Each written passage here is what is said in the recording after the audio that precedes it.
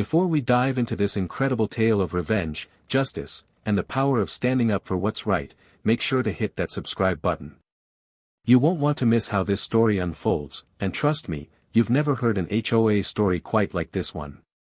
The water rushed down the hillside like a massive waterfall, carrying with it 35 brand new houses that had been built on land that wasn't theirs to build on.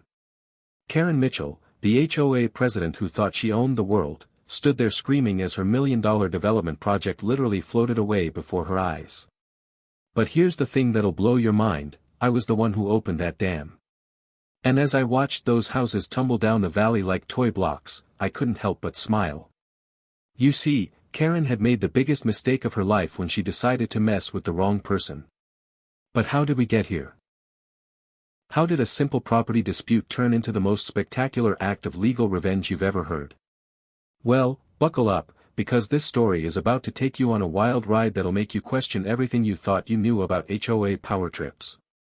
My name is Jake Thompson, and I'm just a regular guy who inherited a piece of land from my grandfather in the beautiful hills of Colorado. It wasn't much to look at, just 40 acres of rolling green hills with a small creek running through it and an old dam that my great-grandfather had built back in the 1940s.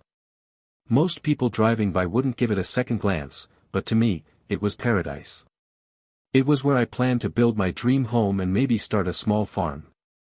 I'd been living in a tiny apartment in Denver, working as a mechanic and saving every penny I could.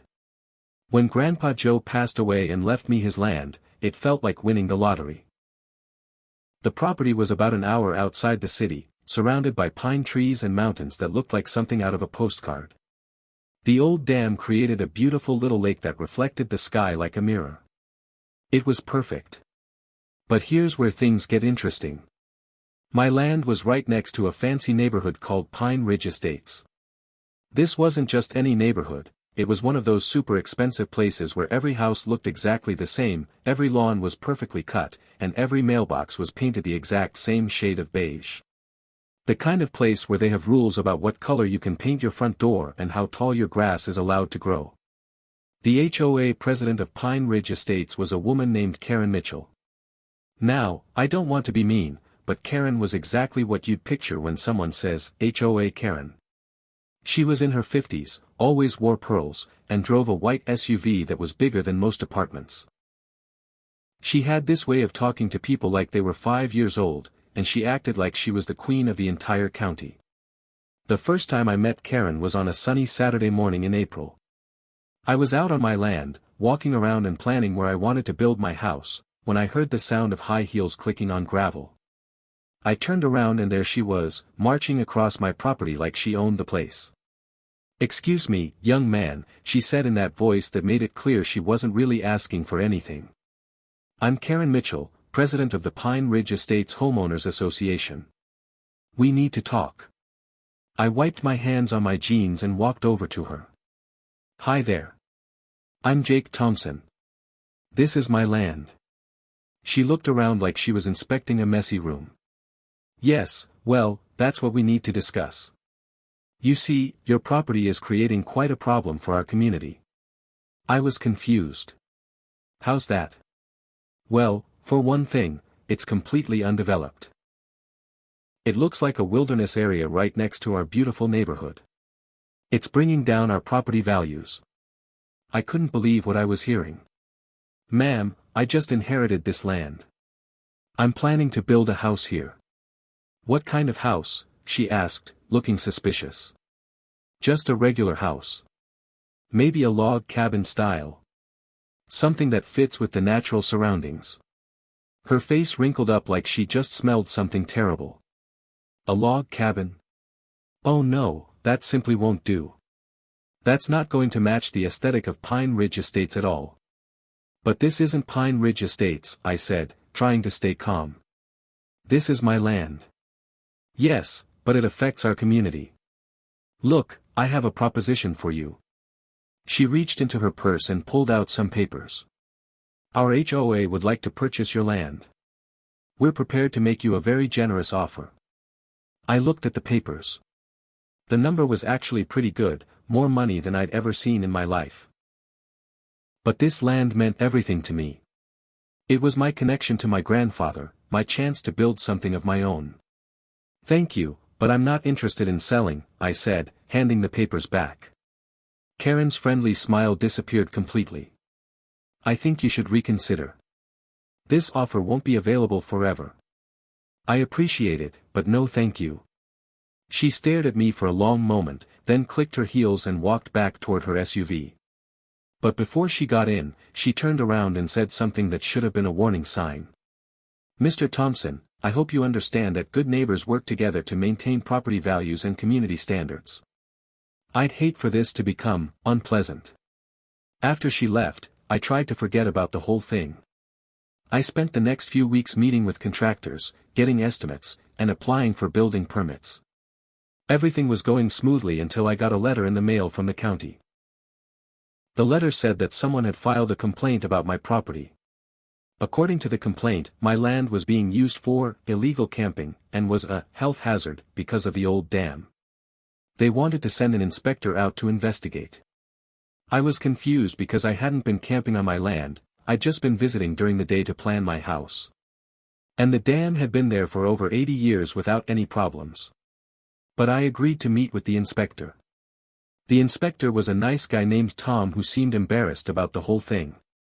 He walked around my property for about an hour, checking everything twice. I don't see any problems here, he told me. The land is clean, the dam looks solid, and I don't see any signs of camping. Whoever filed this complaint was wasting our time. Who filed it? I asked. Tom looked uncomfortable. I'm not supposed to say, but it was someone from the Pine Ridge Estates HOA. That's when I realized Karen wasn't going to give up easily. Over the next month, I got 3 more complaint letters. Someone reported that I was storing junk on my property because I had some building materials delivered. Someone said I was disturbing wildlife because I'd been walking around my own land. And someone claimed I was creating a fire hazard because there were some fallen branches near the creek. Every complaint was investigated, and every complaint was found to be completely false. But each investigation cost me time and stress. I started to realize that Karen was trying to make owning my land so difficult that I'd eventually give up and sell to her. The breaking point came in June. I was out on my property early one morning, drinking coffee and watching the sunrise over the mountains, when I heard the sound of heavy machinery. I walked toward the noise and couldn't believe what I saw. There were 3 bulldozers and a crew of workers clearing trees on the far end of my property. They'd already knocked down about an acre of beautiful pine trees and were working on more. I ran over to them, yelling for them to stop. Hey! Hey! What are you doing? This is private property. The foreman, a big guy in a hard hat, looked up from his clipboard. We're clearing this area for the new Pine Ridge development. Phase 2. This isn't Pine Ridge. I shouted. This is my land. You're trespassing.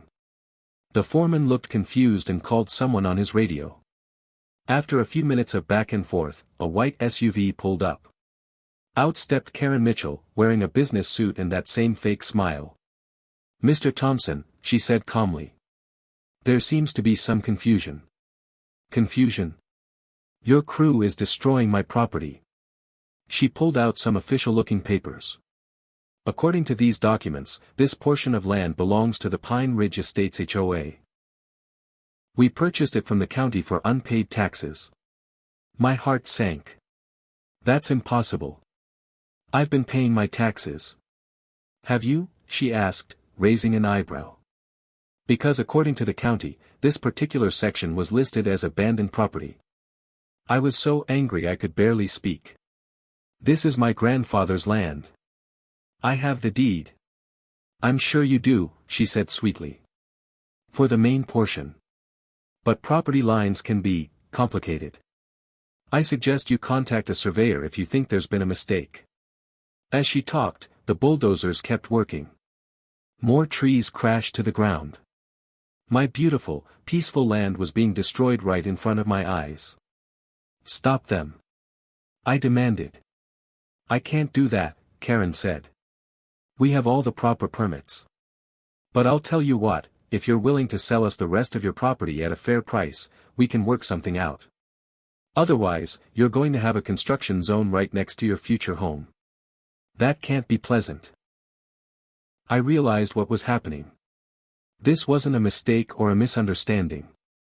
This was a carefully planned attack. Karen had somehow managed to claim part of my land, and now she was using it to pressure me into selling the rest. But I wasn't going to give up. This land meant too much to me. We'll see about that, I told her. That afternoon, I drove straight to a lawyer's office in town. His name was David Rodriguez, and he specialized in property disputes. When I told him what had happened, his expression grew serious. This kind of thing happens more often than you'd think, he said. Some HOAs use very aggressive tactics to expand their territory or force out unwanted neighbors. Can they really just take my land like that? If they followed the proper legal procedures, yes. But we need to investigate exactly what happened. Property tax records, survey maps, deed transfers, we'll check everything. David's investigation took 2 weeks, and what he found made my blood boil. Karen and the Pine Ridge HOA had been planning this for months. They discovered that a small section of my property, about 5 acres on the eastern edge, had been incorrectly listed in the tax records under a different parcel number. When the previous owner, who had sold the land to my grandfather decades ago, failed to pay taxes on that parcel, the county had eventually put it up for sale. Karen had been watching the tax sale listings like a hawk, waiting for opportunities just like this. She'd purchased the 5-acre section for almost nothing, then used it as a staging ground to pressure me into selling the rest. The good news, David told me, is that we can probably fight this in court. The bad news is that it could take years and cost a lot of money. How much money? Could be $50,000 or more. And there's no guarantee we'd win. I felt sick. I didn't have that kind of money, and Karen knew it. She'd planned this whole thing perfectly. While I was trying to figure out what to do, she'd have time to build whatever she wanted on my land, making it even harder to get back. But then David said something that changed everything. There is one interesting detail in all this paperwork, he said, flipping through a stack of documents. That old dam on your property? According to these records, it controls the water flow for the entire Pine Ridge development. What do you mean? The creek that runs through your land feeds into the main water system for their neighborhood.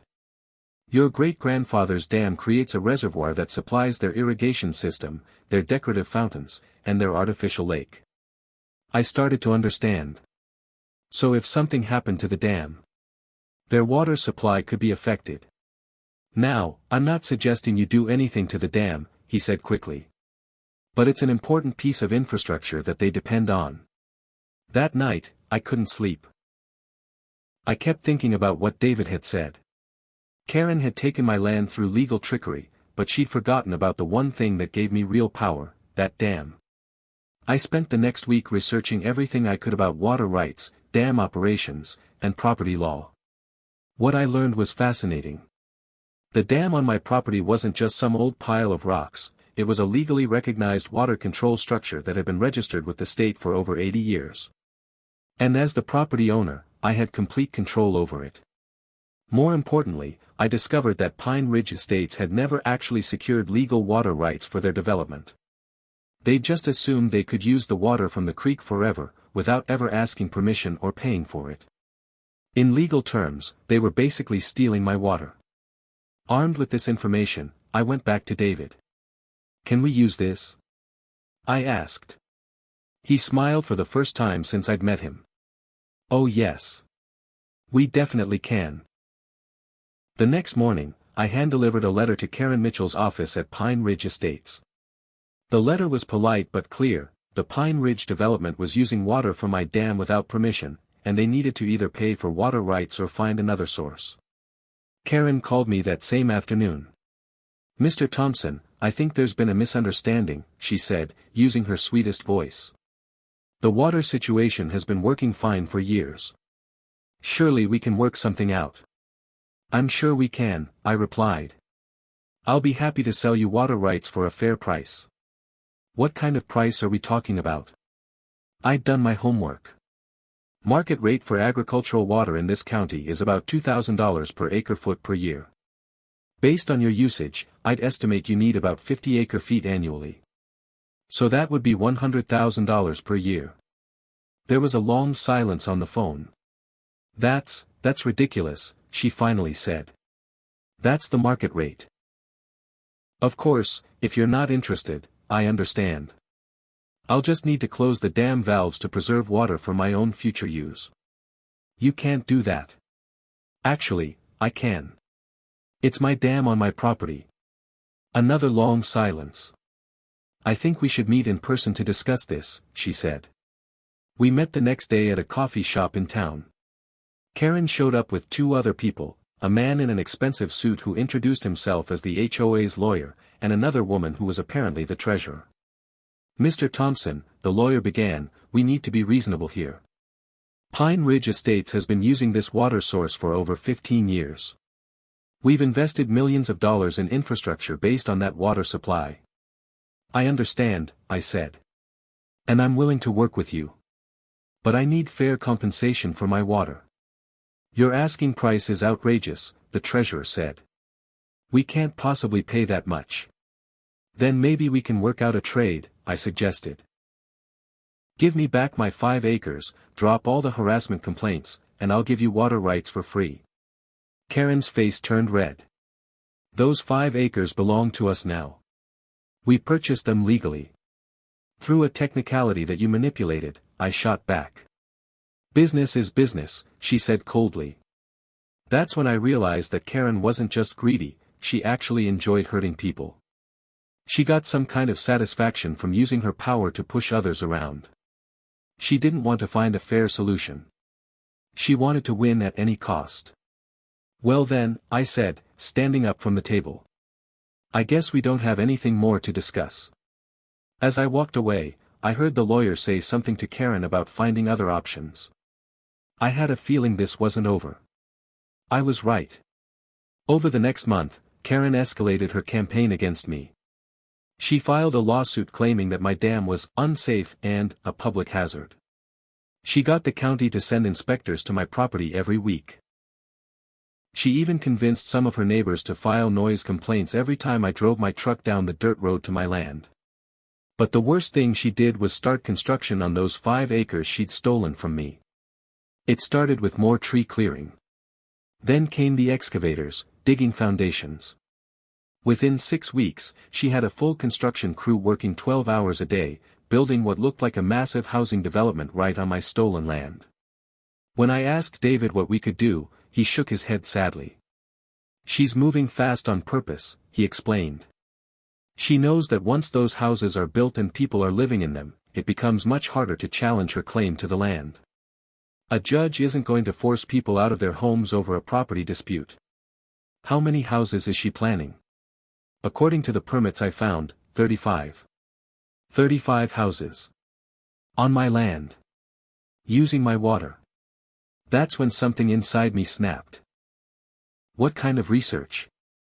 I want to know everything about Pine Ridge Development Corporation.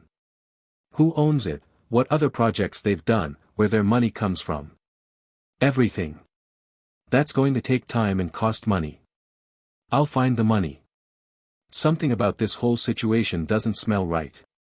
Over the next 2 days, while I was supposedly deciding whether to take their buyout offer, David did the most thorough investigation of his career. What he found was shocking. Pine Ridge Development Corporation was owned by a company called Mountain Vista Holdings, which was owned by another company called Colorado Land Partners, which was eventually owned by a man named Marcus Webb. Marcus Webb was a real estate developer who'd made his fortune buying up rural properties, pushing out the original owners through legal manipulation, and then developing expensive housing projects. He'd done it in 6 different states, always using the same tactics. Find properties with complicated ownership histories, exploit legal technicalities to claim parts of the land, then pressure the original owners to sell the rest. Pine Ridge Estates wasn't just Karen's pet project. It was part of a much larger scheme to develop the entire valley. My property was the key piece they needed, because it controlled the water rights for the whole area. But here's the interesting part, Marcus Webb's companies had been sued over a dozen times by property owners who claimed they'd been cheated out of their land. And in several cases, those property owners had won. "Look at this," David said, showing me a newspaper article from Montana. "Webb tried the same thing up there 3 years ago. A rancher named Bill Morrison fought back and ended up forcing Webb to pay him $2 million in damages. How'd he do it? He proved that Webb's companies were using fraudulent practices to acquire land. Turns out Webb had been bribing county officials to manipulate tax records and property surveys. Could the same thing be happening here? It's possible. We'd need to investigate the people who handled your property tax situation." That's when I realized I had them. If Pine Ridge Development Corporation was using the same illegal tactics they'd used in other states, then everything they'd done here was fraudulent. Not just the 5 acres they'd stolen from me, but all of their development projects in the area. "David, how long would it take to prove fraud? If we can find the right evidence?" "A few months, maybe less." "And what happens if we prove it?" "They'd have to give back all the land they acquired illegally. Plus pay damages. Plus face criminal charges." I smiled for the first time in days. Karen and her corporate backers thought they were playing chess while I was playing checkers. But they'd made the mistake of using the same playbook they'd used everywhere else. "Start the investigation," I told David. "All of it." "What about their lawsuit threat?" "You only have until tomorrow to take their buyout offer." "Let them sue me. I've got a feeling they won't want this case to go to court once they realize what we're going to uncover." The next morning, I called Richard Hayes and told him I wasn't interested in selling. "That's unfortunate, Mr. Thompson. We'll be filing our lawsuit this afternoon." "You do that," I said. "And Hayes? Tell your client Marcus Webb that I said hello." There was a long silence on the phone. "I don't know what you're talking about," Hayes finally said. "Sure you don't. See you in court."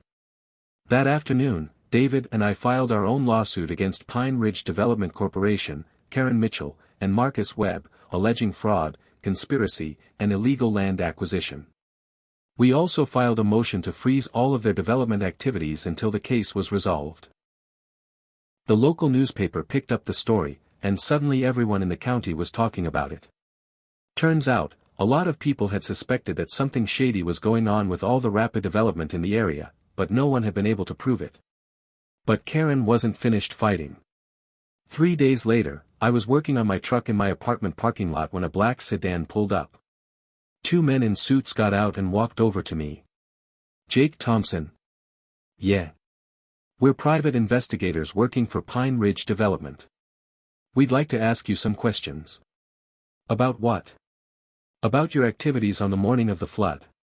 My heart started racing, but I kept my voice steady. "I already told the police everything I know." "We're not the police. We're conducting our own investigation." "Well, you can conduct it somewhere else. I don't have to talk to you." "No, but it would be in your best interest." "I'll take my chances." As they got back in their car, one of them said, "We'll be seeing you around, Mr. Thompson." It was clear that Karen and her corporate friends were going to fight dirty. They were trying to intimidate me, hoping I'd crack under pressure and admit to opening the dam. But I'd been thinking about that day, and I realized something important. Even if I had opened the dam, it wasn't illegal. The water was mine, the dam was on my property, and I had every right to control it. The only reason the flood had been so destructive was because Karen had built houses in a flood zone without proper permits or water rights. Over the next few weeks, the legal battle escalated. Both sides filed motion after motion, each trying to gain an advantage. David was working around the clock, investigating every aspect of Webb's business dealings in Colorado. Meanwhile, Karen was becoming increasingly desperate. The insurance companies were refusing to pay for the flood damage because the houses had been built in a flood zone without proper permits. The Pine Ridge residents were angry because their property values had plummeted. And the county was asking questions about how all those construction permits had been approved so quickly. But the break we needed came from an unexpected source. A woman named Sarah Chen called David's office and asked for a meeting. She said she used to work for the county assessor's office and had information about the Pine Ridge Development Corporation. We met her at a coffee shop on the other side of town. Sarah was nervous, looking around constantly like she thought someone was watching her. I probably shouldn't be doing this, she said. But what they did to you isn't right. What who did? David asked. The Pine Ridge people. And the county officials who helped them. She pulled out a manila folder full of documents. About 2 years ago, a man came to our office. He said he represented a development company and was interested in buying some properties that were behind on taxes. He was particularly interested in properties with complicated ownership histories. Was his name Marcus Webb? No, he said his name was Richard Hayes. But he was asking about your grandfather's property specifically. David and I exchanged glances. He wanted to know if there were any discrepancies in the property records, any sections that might be listed under different parcel numbers. When we found the 5-acre section that had been miscategorized, he got very excited. What happened then? He offered my boss $5,000 to make sure that section went up for tax sale as quickly as possible, without notifying the current owner. That's illegal, David said. I know. That's why I kept copies of everything. Sarah slid the folder across the table. Inside were photocopies of emails, payment records, and official documents showing exactly how Pine Ridge Development Corporation had manipulated the system to steal my land. There's more, Sarah said. They did the same thing to at least 6 other properties in the county. Small farms, mostly. People who couldn't afford to fight back. This was exactly what we needed. Not only could we prove that they'd stolen my land illegally, but we could show a pattern of fraud affecting multiple victims.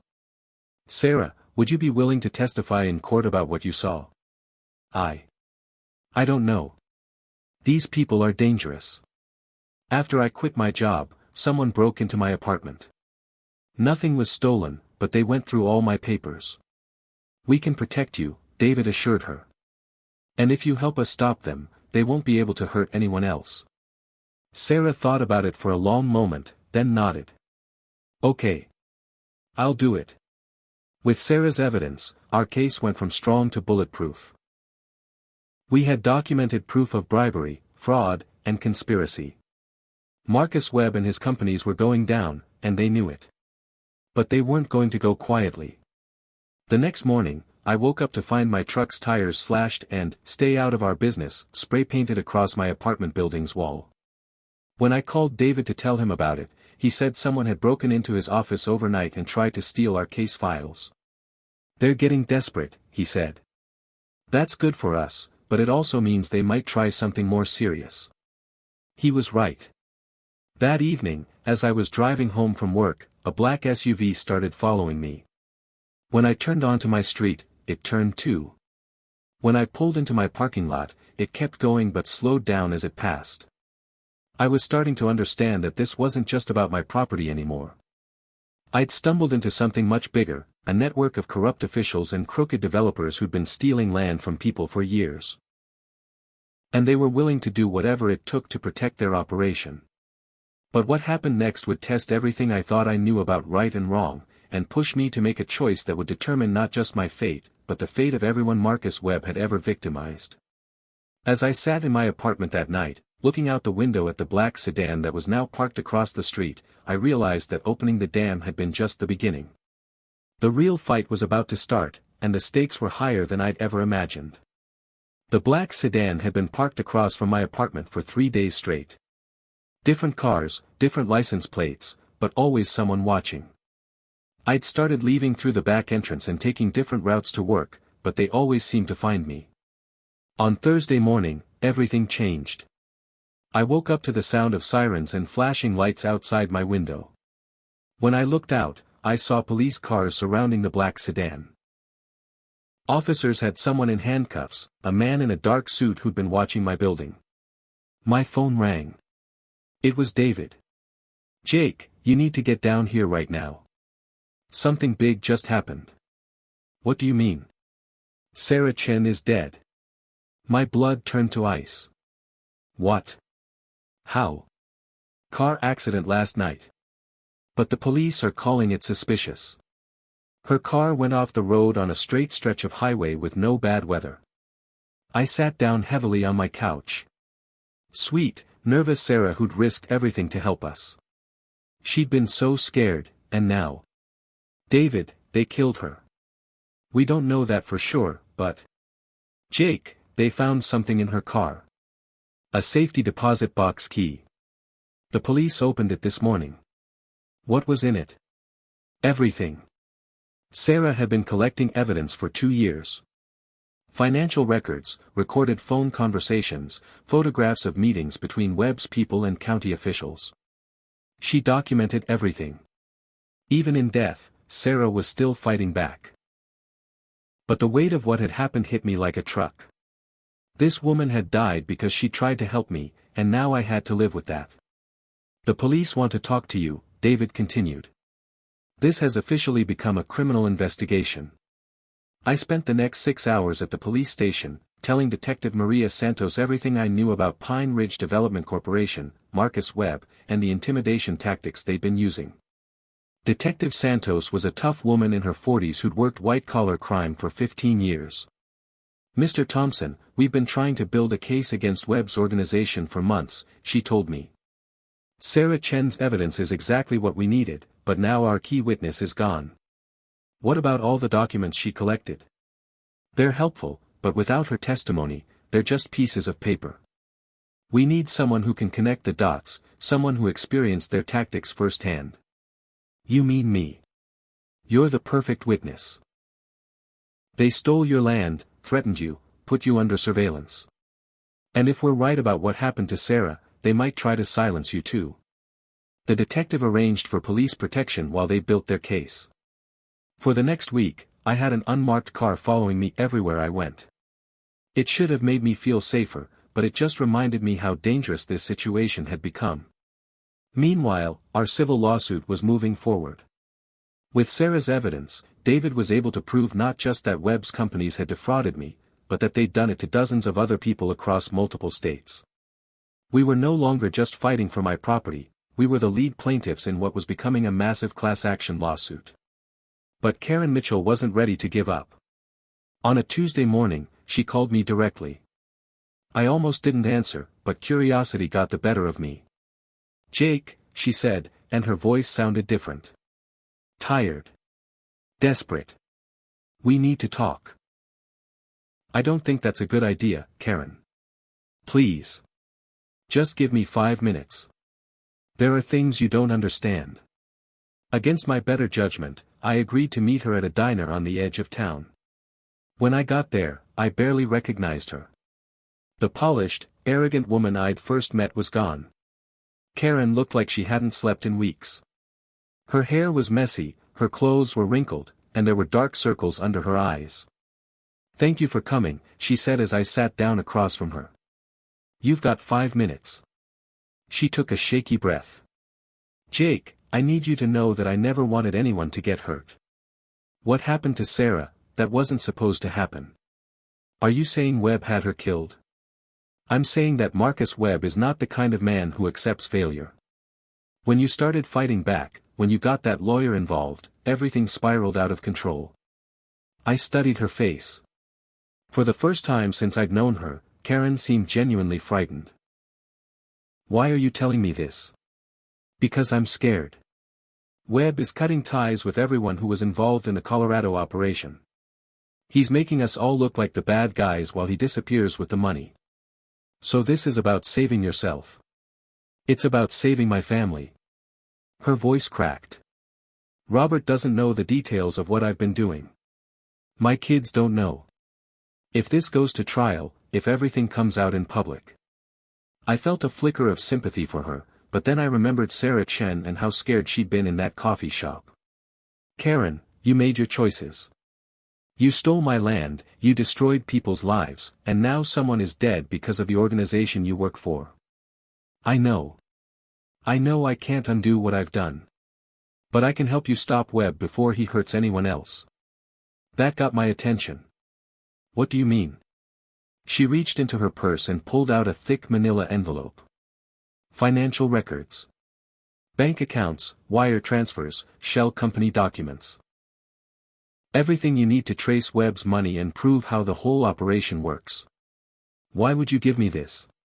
Because Webb is planning to disappear. He's liquidating assets, moving money offshore, getting ready to vanish before the criminal charges are filed. If we don't stop him now, he'll just set up shop somewhere else and do this all over again. I looked at the envelope. What do you want in return? I want to testify against him. Full cooperation with the prosecution in exchange for immunity. It was a smart move on her part. By flipping on Webb, she could avoid prison time and maybe even keep some of her assets. But it would also give us the inside information we needed to bring down the entire organization. I'll have to talk to my lawyer and the police. There's something else, Karen said. Webb is planning something big. Some kind of final move before he disappears. I don't know what it is, but he's been meeting with some very dangerous people. What kind of dangerous people? The kind who make problems disappear permanently. A chill ran down my spine. First Sarah, now they were escalating even further. Karen, if you're serious about helping, you need to go to the police right now. Today. I will. But Jake, be careful. Webb knows you're the key to bringing him down, and he's running out of options. After Karen left, I called David and Detective Santos and told them about the meeting. Within 2 hours, Karen was in police custody, not as a prisoner, but as a protected witness. The financial records she'd provided were exactly what the prosecution needed to trace Webb's criminal enterprise across multiple states. But Karen's warning about Webb's final move turned out to be prophetic. That night, I was staying at a safe house the police had arranged when Detective Santos called with urgent news. Jake, we've got a problem. Webb's people just filed an emergency injunction to stop all construction and development in your area, claiming environmental hazards. How is that a problem? I thought we wanted to stop their construction. The injunction isn't just for their projects. It's for everything. Including your dam. My heart sank. What does that mean?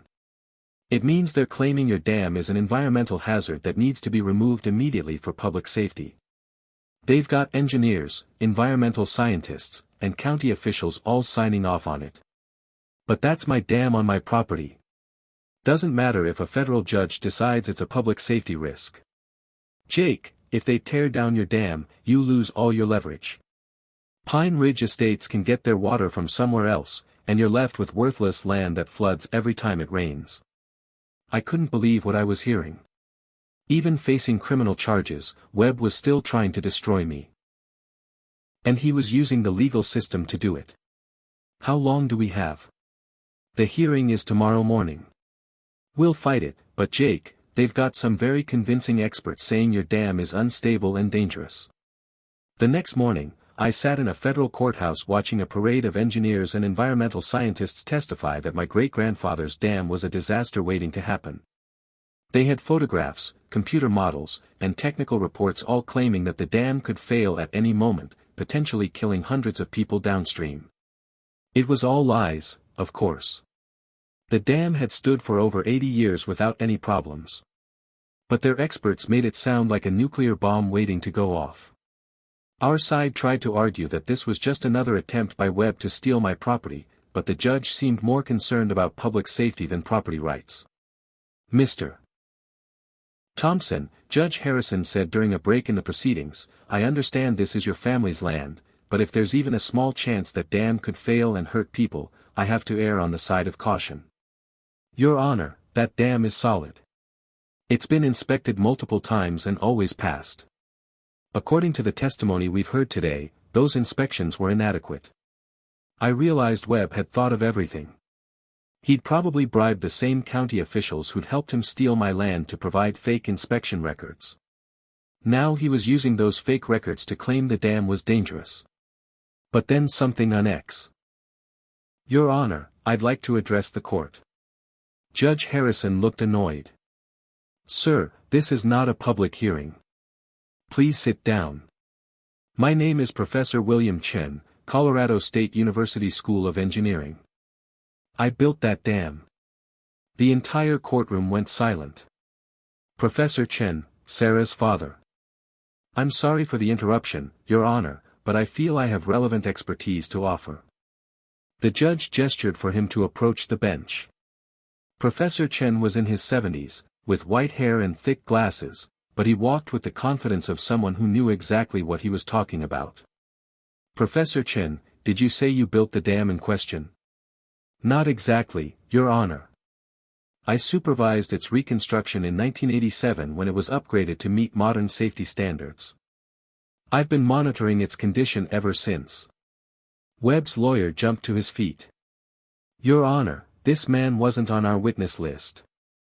He can't just appear and testify. Your Honor, David interjected, Professor Chen is one of the most respected dam engineers in the state. If he has information about the safety of this structure, the court should hear it. Judge Harrison thought for a moment. I'll allow limited testimony. Professor Chen, please tell us about your assessment of this dam's condition. What happened next was like watching a master craftsman dismantle a house of cards. Professor Chen had brought his own photographs, engineering reports, and safety assessments spanning 30 years.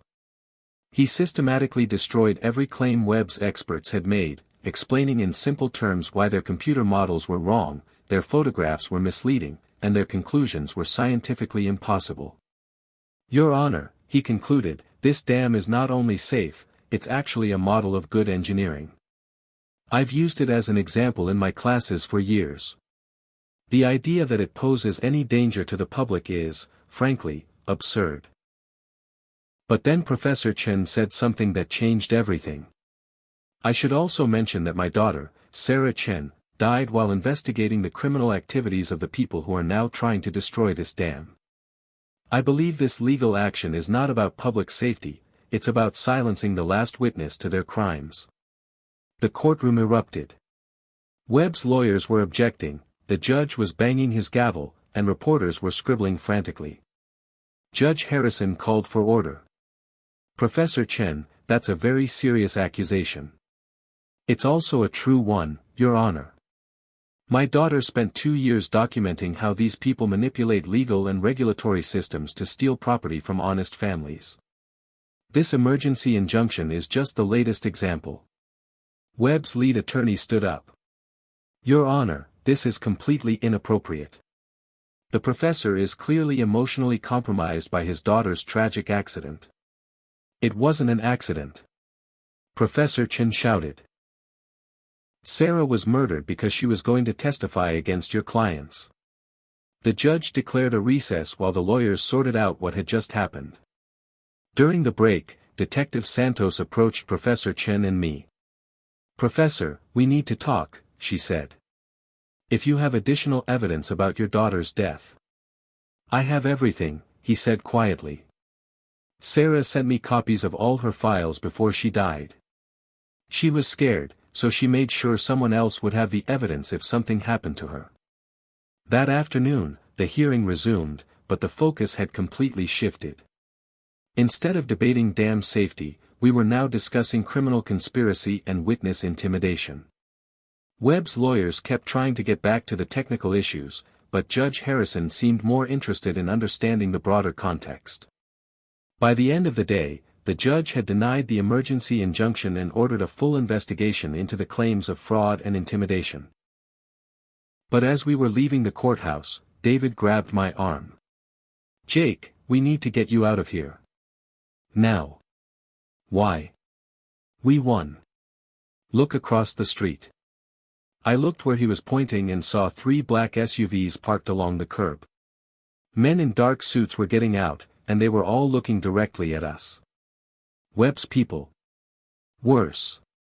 Karen warned us he was bringing in professionals. I think those are them. Detective Santos noticed what we were looking at and immediately called for backup. But before the police could arrive, the men from the SUVs had disappeared into the crowd of people leaving the courthouse. We need to get Professor Chen to safety too, I said. But when we looked around, Professor Chen was gone. We found him 10 minutes later in the courthouse parking garage, unconscious beside his car. The envelope of evidence he'd brought with him was missing. As the paramedics worked on Professor Chen, Detective Santos got a call on her radio. Her face went pale as she listened. "What is it?" David asked. "Karen Mitchell. They found her in her jail cell 20 minutes ago. Apparent suicide. But we all knew it wasn't suicide. Webb was tying up loose ends, eliminating everyone who could testify against him. And I was next on his list." That night, as I sat in another safe house with armed guards outside, I realized that this had gone far beyond a simple property dispute. Sarah Chen was dead. Karen Mitchell was dead. Professor Chen was in the hospital in critical condition. All because I'd decided to fight back against someone stealing my land. But I also realized something else. Every time Webb eliminated a witness, he made the same mistake: he created more evidence of his crimes. The FBI was now involved, treating this as an organized crime case. Webb's entire operation was falling apart. The question was, would I survive long enough to see justice done? The answer came sooner than I expected. At 3 a.m, the alarm system at the safe house went off. Through the bedroom window, I could see dark figures moving across the yard. The guards were shouting into their radios, calling for backup. But backup was 15 minutes away, and the professionals Webb had hired were already at the door. This was it. The final confrontation that would determine whether Marcus Webb's criminal empire would finally fall, or whether I'd become just another accident in his wake of destruction. What happened next would shock everyone involved and reveal a truth about Webb's operation that no one saw coming, not even me. The sound of breaking glass shattered the silence as dark figures burst through the windows of the safe house. I rolled out of bed and hit the floor just as the first shots rang out. The guards were returning fire, but I could tell they were outnumbered. I crawled toward the closet where Detective Santos had told me there was an emergency escape route. A hidden panel that led to a tunnel connecting to the house next door. But as I reached for the panel, a hand grabbed my ankle. I spun around to see a man in black tactical gear pointing a gun at my head. This was it. After everything we'd been through, Webb was finally going to get what he wanted. "Marcus Webb wants to see you," the man said in a calm, professional voice. I thought he wanted me dead. That's option 2. They zip-tied my hands and led me out through the back of the house to a waiting van. As we drove through the dark streets, I tried to figure out what Webb could possibly want from me now. His criminal empire was collapsing, the FBI was closing in, and most of his co-conspirators were dead or in custody. The van stopped at an abandoned warehouse on the outskirts of town. Inside, I found Marcus Webb waiting for me, and he was nothing like I'd expected. I'd imagined some kind of movie villain, expensive suit, slicked back hair, cold eyes. But Webb looked like someone's grandfather. He was in his 60s, with gray hair and kind eyes, wearing a simple button-down shirt and khakis. If I'd passed him on the street, I would have thought he was a retired teacher or accountant. "Mr. Thompson," he said warmly, as if we were old friends meeting for coffee. "Thank you for coming. I didn't have much choice." He chuckled. "No, I suppose not. Please, sit down. We have a lot to discuss." The warehouse had been set up like a temporary office, with a desk, chairs, and file cabinets. Webb sat across from me, completely relaxed. "I want you to know that I've always admired your tenacity," he began. "Most people would have taken my buyout offer and disappeared. But you kept fighting, even when it became dangerous. People died because of you." His expression grew sad. "Yes, they did.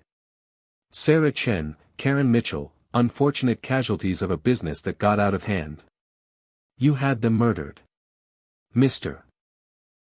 Thompson, I've never killed anyone in my life.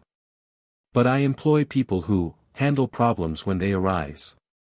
Sometimes those people make decisions I don't approve of." I stared at him in disbelief. "You're blaming your hired killers for following your orders?" I'm saying that in any large organization, there can be miscommunications. I told my associates to contain the situation. I never told them to harm anyone.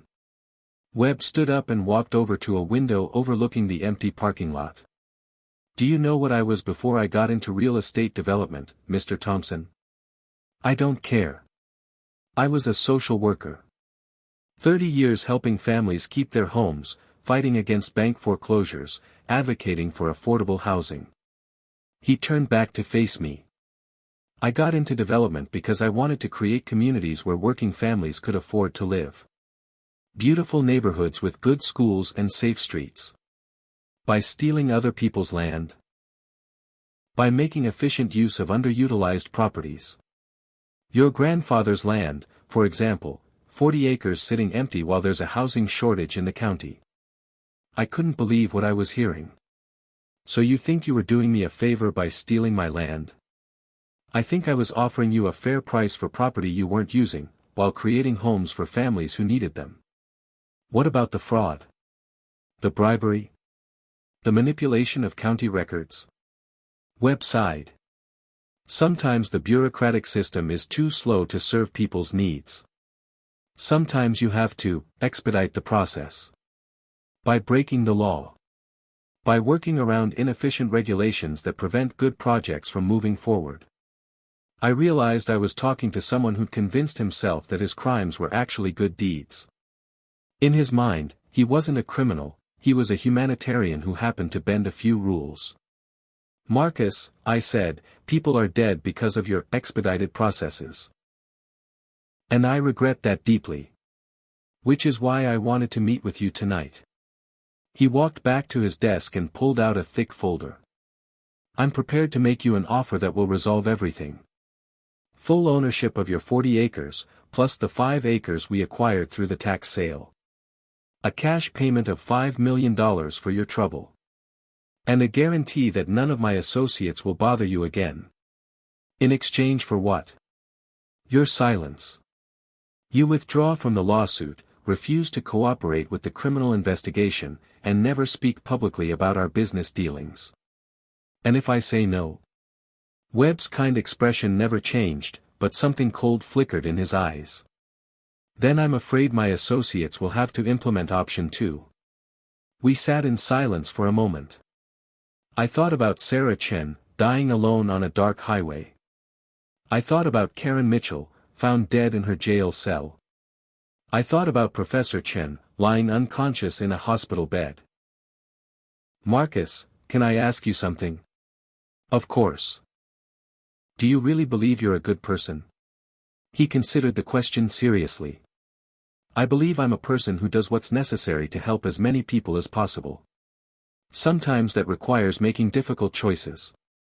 Like having witnesses murdered. Like containing threats to projects that will provide homes for hundreds of families. It was the most chilling thing I'd ever heard, not because Webb was evil, but because he genuinely believed he was good. In his mind, my life was just an acceptable loss in service of a greater good. I need some time to think about your offer, I said. Of course. But Mr. Thompson. I should mention that the FBI raid on my offices is scheduled for tomorrow morning. After that, this offer won't be available. My blood ran cold. How do you know about the FBI raid? Webb smiled sadly. Mr. Thompson, I've been doing this for a long time. I have friends in many places. You have someone inside the FBI. I have someone who believes, as I do, that our work is too important to be stopped by bureaucratic interference. That's when I realized the true scope of Webb's operation. This wasn't just about stealing land or bribing county officials. He had corrupted people at every level of government, convincing them that they were part of some noble mission to provide affordable housing. Who else is working with you? That's not your concern. Your concern is whether you want to be a living millionaire or a dead hero. Before I could respond, there was a commotion outside the warehouse. Shouts, car doors slamming, the sound of running feet. Webb frowned and pulled out his phone. After a brief conversation, his face went pale. It seems the timeline has been accelerated, he said. Through the windows, I could see FBI agents surrounding the building. Spotlights lit up the parking lot like daylight. This is the FBI. The building is surrounded. Webb looked at me with what seemed like genuine regret. I'm sorry, Mr. Thompson. I had hoped we could resolve this amicably. He nodded to one of his men, who raised his gun. But before he could fire, the warehouse doors exploded inward. FBI agents poured into the building, shouting commands and pointing weapons in every direction. Webb's hired killers dropped their guns and raised their hands, realizing they were completely outgunned. But Webb himself just sat calmly at his desk, hands folded, looking like a disappointed grandfather. Marcus Webb, called out a woman's voice. FBI. You're under arrest. The lead agent was a tall woman with short blonde hair and the kind of confidence that comes from 20 years of taking down bad guys. She walked straight to Webb's desk, completely ignoring the chaos around her. Agent Jennifer Walsh, she introduced herself. We've been looking forward to meeting you, Mr. Webb. Agent Walsh. I assume you have a warrant. Several, actually. For fraud, conspiracy, money laundering, witness intimidation, and murder. Murder? Agent Walsh, I think you'll find that's quite an overreach. Tell that to Sarah Chen's family. For the first time, Webb's calm facade cracked slightly. Sarah Chen's death was a tragic accident. We have phone records, Mr. Webb.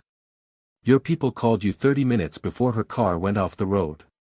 Your accountant wired $50,000 to a known hitman 2 hours after she died. Webb said nothing, but I could see him calculating his options. We also have Karen Mitchell's real suicide note, Agent Walsh continued.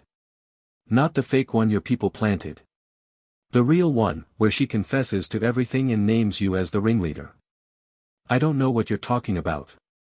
She hid it in her lawyer's office before she was arrested. Sealed envelope, only to be opened if something happened to her. Very thorough woman, Karen Mitchell. Webb's shoulders sagged slightly. Agent Walsh, I think you're misunderstanding the nature of my business operations. No, I think I understand perfectly.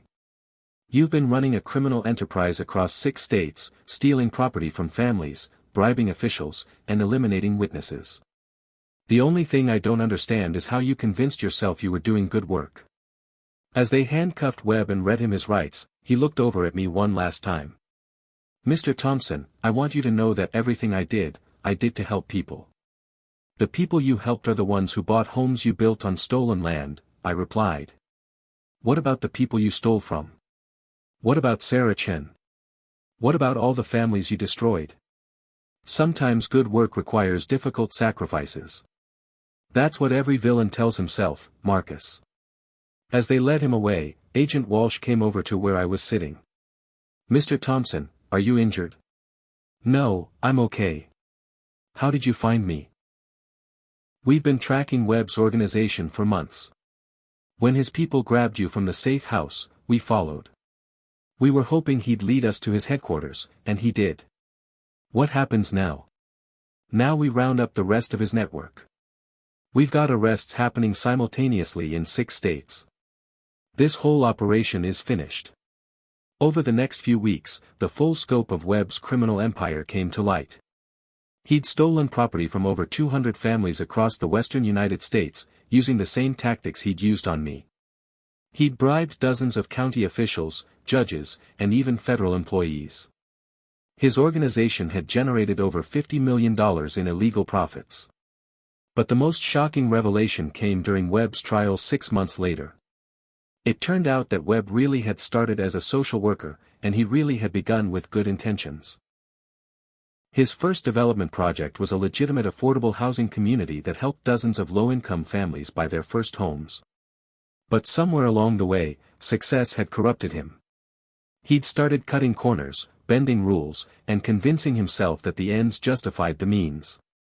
Each compromise made the next one easier, until he'd become exactly the kind of predatory developer he'd originally fought against. The judge sentenced him to 25 years in federal prison. As for me, I got my land back, all 45 acres of it. The court also awarded me damages totaling $3 million from Webb's seized assets. But more importantly, I was able to use my case to help the other families he'd victimized recover their stolen property. I built my dream house right where I'd originally planned, overlooking the creek and the mountains. It's a simple log cabin, exactly the kind of home that would have horrified Karen Mitchell. I kept the old dam, but I also installed modern safety equipment and monitoring systems to make sure it never poses a real danger to anyone downstream. The new Pine Ridge Estates was eventually rebuilt, but this time with proper permits, legal water rights, and affordable pricing for working families. It turns out that when you don't have to pay bribes and hire hitmen, you can actually build nice homes at reasonable prices. On quiet evenings, I sometimes walk up to the dam and think about everything that happened. I think about Sarah Chen, who died trying to do the right thing. I think about Karen Mitchell, who got in too deep and paid the ultimate price. I think about Professor Chen, who recovered from his injuries and now visits me every few months to check on the dam that his daughter died defending. But mostly, I think about the lesson in all of this, that when someone tries to bully you, when someone tries to steal what's rightfully yours, you have two choices. You can give in and let them win, or you can stand up and fight back. Sometimes fighting back is dangerous. Sometimes it costs more than you expected. Sometimes good people get hurt along the way. But sometimes, if you're brave enough and stubborn enough and lucky enough, justice actually wins. And sometimes, watching the water flow peacefully through your great-grandfather's dam while you sit on the porch of the house you built with your own hands, that's enough. The creek still runs clear and cold through my property. The pine trees still whisper in the mountain wind. And somewhere downstream, in a neighborhood of modest homes where real families are raising their children, the water flows on, free and clean and honest, just the way it was always meant to be. Marcus Webb learned the hard way that when you try to dam up justice, eventually the pressure builds too high and everything breaks loose at once. He thought he could control the flow of truth the same way he controlled the flow of money and power. But truth, like water, always finds a way. And in the end, I didn't just open the dam and watch it flow, I opened the floodgates of justice and watched an entire criminal empire wash away. Sometimes the good guys really do win. You just have to be willing to hold on long enough to see it happen. If this story moved you, inspired you, or taught you something about standing up for what's right, please subscribe and share it with others. Because in a world where it sometimes feels like the bad guys are winning, we all need to be reminded that justice and truth are stronger than greed and corruption.